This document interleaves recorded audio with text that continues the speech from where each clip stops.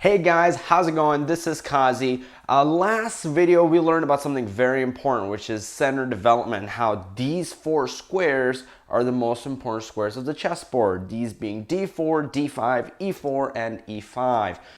I'm going to talk about today the f pawn, also known as the fail pawn, or as sometimes we like to say Freddy, and Freddy likes to stay home. That's this guy right here. It's on the F file, so we call him the F pawn. This is the pawn that you should not move. Now this video is targeted for beginners and also for more intermediate players. I'm going to show as a beginner reason, like kind of a simple reason why it's not the case, and then I'm going to show a little bit more advanced reason how you can exploit the movement of this pawn. So let's get straight to it. So my question to you is, what is the quickest checkmate that you know?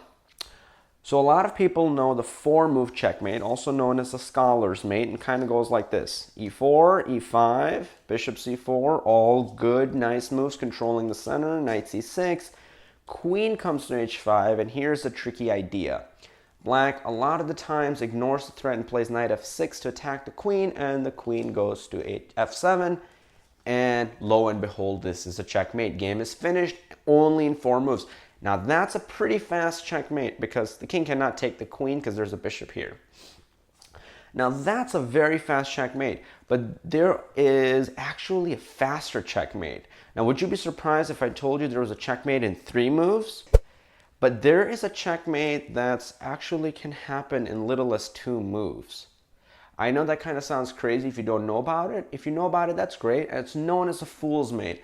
And here's how it happens. So let's say that this person is like that Coach Qazi guy. He has no idea what he's talking about.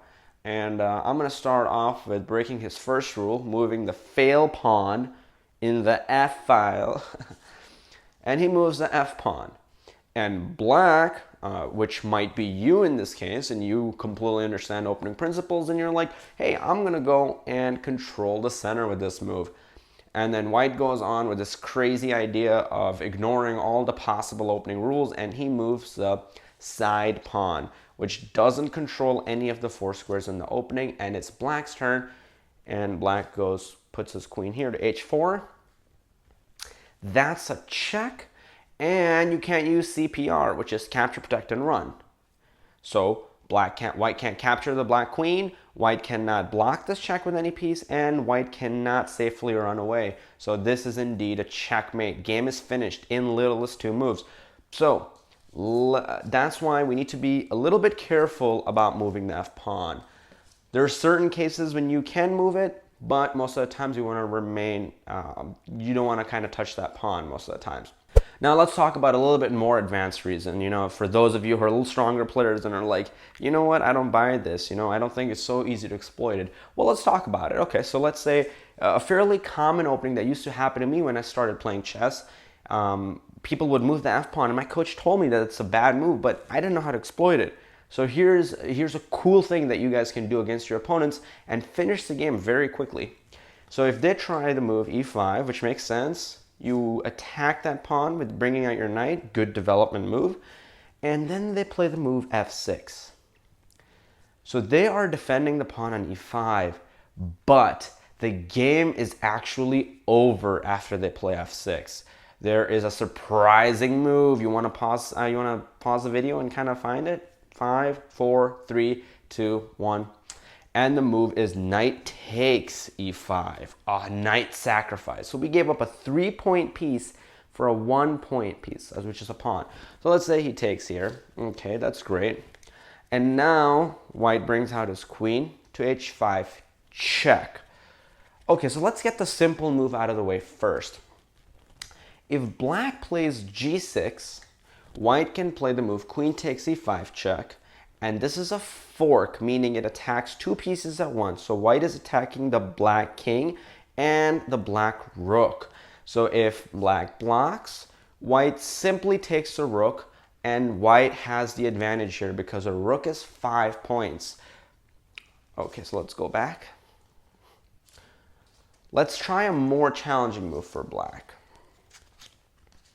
Let's say that black says, hey, I'm just up a piece and I'm going to remain up a piece unless you can show me what you can do. And white says, you know what, let's go, I'm up for the challenge. So black plans to move king e7.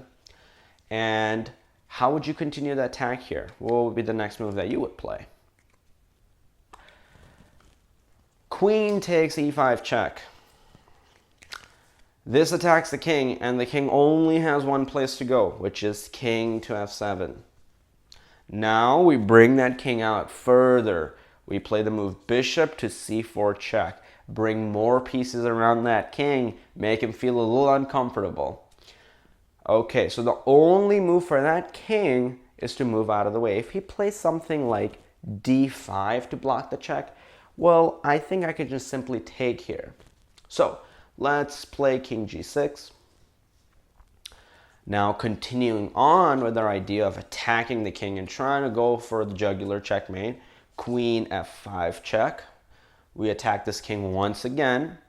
This king can only go to one square in this case, which is h6. And now, how can we add another attacker in this position?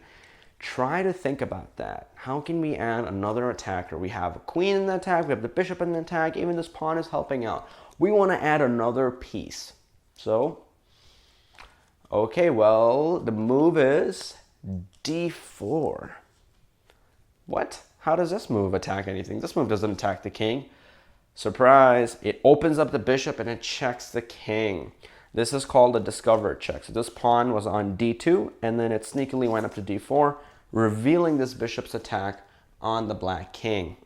So black king is almost checkmated. But he has one move. He plays the move g5. And the final move, if you're an advanced player, you should actually take the time out to find this move. It's a pretty excellent move. We want to put more pieces into the attack.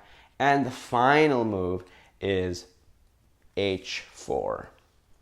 This is an awesome move because now this rook is also coming into the attack. So for example, let's just say black plays a move like knight to c6. White will play h takes g5 double check, and the rule with double check is that the king must move because it's attacked by this pawn, and that's a check. And when the pawn moved, the rook revealed the secret attack on the black king. So king goes to g7, and lo and behold, queen f7, and that's checkmate. Game is over. So what did we learn in this lesson? Don't move your failed pawn. Just don't do it. Just keep Freddy at home. He doesn't like to go anywhere. He likes to stay at home. And to give you guys a more overall broad perspective of this is you want to only move that pawn if you really know what you're doing in the opening that you're playing. Otherwise, you're kind of going to give your opponent a tactical possibility or some kind of attacking ideas against your king. Because once you move your f-pawn, this diagonal, once you move your f-pawn, right, up, this diagonal opens up. And this queen can jump on that diagonal and then start harassing the black king.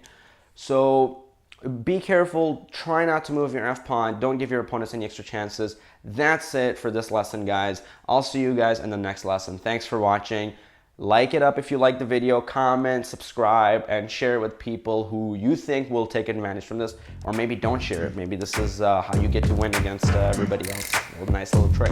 All right, take care, guys.